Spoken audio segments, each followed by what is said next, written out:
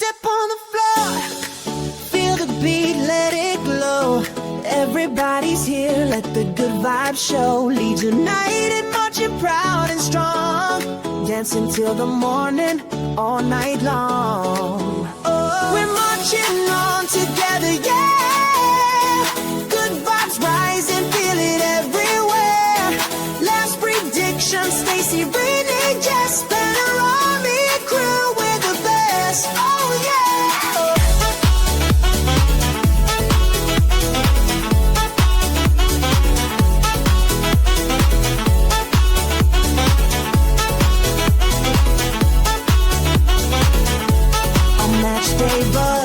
We're dancing in line, from previews to reviews, it's party time.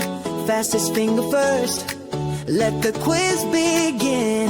Cheering for Leeds, we always win. Mental health, we're here for you. Laughs and smiles will pull you through. Light it up, let the music play. Spanner Army dancing all the way.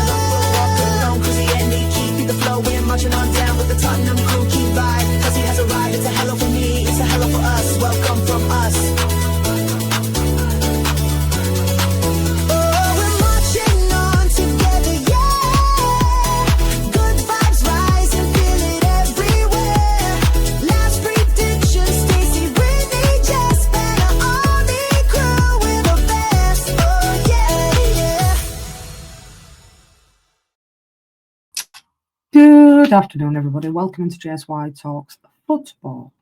This is your Daniel Farke press conference reaction. But before we get into anything, smash a like on the video, subscribe to the channel if you're new, hit that notification bell, and as always, thank you for watching. So we all know last week Leeds United lost by 1-0 against Fulham. An absolute crazy own goal, but it happens in football. It's unfortunate. We were on for a point. I think we deserved a point in that game, to be quite honest with you. But freak things happen in football, and it was just a shame the way it happened. But we move from that game. So Daniel Farke has been speaking in his press conference today. Regarding team news, we have a few downs. James is a major down. He's struggling a bit with a hit in his core muscles. Gnonto is a down with a calf problem. Missed a few sessions, it will be a late call.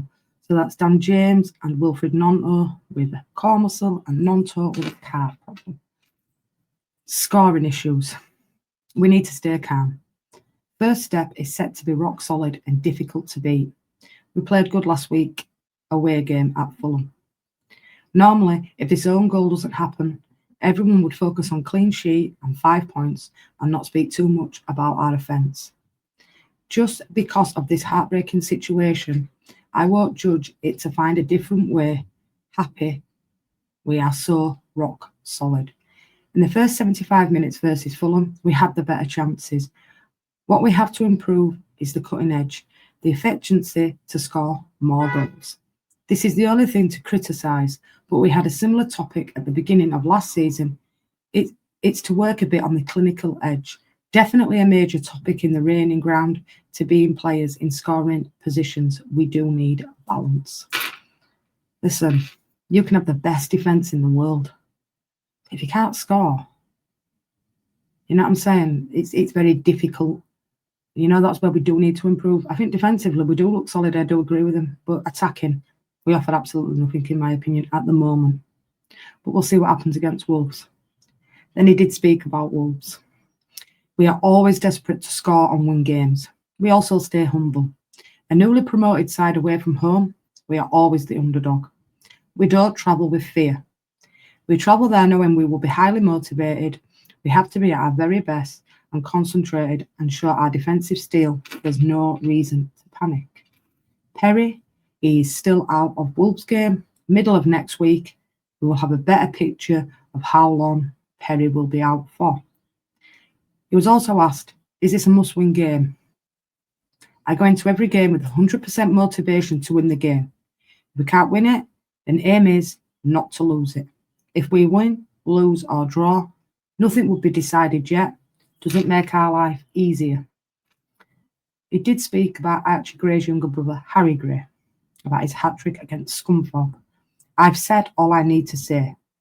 I won't comment on him until he's back on the grass. Believe me, I'm far from being arrogant or confident. I started out having to develop young players to sell them one day. I overtook the best youth team in Germany. When I came to Norwich, I replaced our club captain with 20-year-old centre-back. When I came to Leeds, I gave Harry his debut at 16-year-old in the Championship. But if I had to select a manager to manage a young player, I would say it's me, to be honest. He needs game time with the under-21s and not lose his striker instincts. What he needs most is time and peace. He was asked, do you believe in luck? I'm a big believer that you will always get what you deserve in the mid and the long term. You will get reward for what you are willing to invest in life and football. In other sports, normally the better team wins. In football, it can be the other way around, but in the long term, you get what you deserve. We've not done too much wrong, but they are things we could improve. He also spoke about Jack Harrison. If he continues with his hard work, he may get into the XI one day. Jack is always in my mind for team selection. He spoke and defended again Brendan Aronson. I have to defend him a little bit. I was pretty pleased with his defensive work and skill.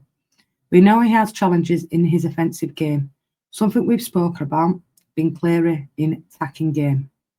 Can't press a button and he becomes clinical, but bring him into training where he is in such positions we want goals and assists, and in the end he has to deliver, or else a different player will come in. But it's not like he's not motivated, but that he is so on that he loses his actions. When you have a player and he's covered more distance, if he adds creativity and class, he can be even better. I want my players to give hard work, and Brendan does that, and his tactical work. If he wants to become a regular, he has to improve, with our help, his offensive outcome. He also spoke about creativity from midfield. We need goals from midfield. Recruitment focused on this. Longstaff can do this. Tanaka is capable. Ampadu is capable, and so is Stack. Farke responded. He also spoke about the long throws that are coming back into play more and more in the Premier League this season. Football comes back around. There was a feeling that at one time where long throws, we are still a possession side, but if we need to move, not a believer football should be in the air, but if it's possible in the game, it will use it in the future. He was also spoke about calling players out to improve. Speak to them about this privately. Yes, I spoke to them. As a manager, whatever you say is criticised, especially after deadline day. I try to stay calm and back my players. I'm not into psychological games. I am open and honest. On Aronson, it must be possible to say, I like this guy, and they need to improve in the offence. I back them to improve and address the offensive play. Important to be open and honest with players. He also spoke about Yaka Bijolu, who were a big signing for Leeds United, who hasn't started a game yet in the Premier League. 80% of the Premier League, if you sign a defender for £15 million, he's a squad player. I like Yaka a lot. In fact, he was not available for the first game day. For that, Xhaka missed large parts of the last two friendlies. Pascal was outstanding with performances. Yaka in the cup was difficult after not much game time, not the best game for him. But in the mid and long term, we haven't signed Yaka for just 4 games. He has preferred to go with Pascal Struijk and Rodon this season. I think Jakub will come in, but in time. He also spoke about strikers in training. It's not like if you train for 1 or 2 games, they will turn into prime Ronaldo. It's about getting them back into form. We have had small-sided games with scoring to build the instincts. I'm happy with what I have seen in training. That's fine, but that needs to now be reciprocated on the pitch, Daniel, for me. 1 goal this season, a penalty. You do need to score goals to keep you up as well. And we do need to start finding the back of the net very quickly, in my opinion. He also spoke about Tanaka and Perot. He's had a full week. Once you have a full session, same for Perot, you are back in contention. But there is competition. Tanaka was not outstanding even before injury. Delivers good performance. Wait patiently for your chance and grab your chance. And that's what Daniel Farke spoke about in his press conference today. Look, defensively, I agree with him. Leeds look really solid. But also, you do need to find the back of the net to get those points over the line. And it is a little bit worrying at the weekend. Is it a must-win game against Wolves on Saturday? 5 games in now. Not really. It's not going to define whether Leeds United get relegated in Saturday's game. Yes, I would like 3 points.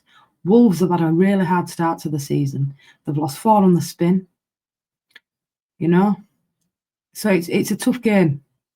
Wolves will have a point to prove. Leeds United are going to have a point to prove. And we'll see what happens on the day. But going defensively is fine, but you need to have that attacking Nance as well. And if James and Gnonto are both out on Saturday, that's a lot of speed that's taken away from Leeds United's attacking wingers. I just believe if we'd have gone and got, in hindsight, maybe letting Ramazani go without getting a replacement in was a bad move, in my opinion, because at least Ramazani could have offered something from the bench, a bit of creativity, speed. He can get in behind defenders and make it difficult, but that it is what it is. But anyway, thank you for watching this press conference reaction. I will be back later on for the Newcastle-Barcelona watch-along. Smash a like on the video, subscribe to the channel if you're new, hit the notification bell. As always, thank you for watching. Leeds, Leeds, Leeds. We're marching on together. Peace out, peeps. Peace out.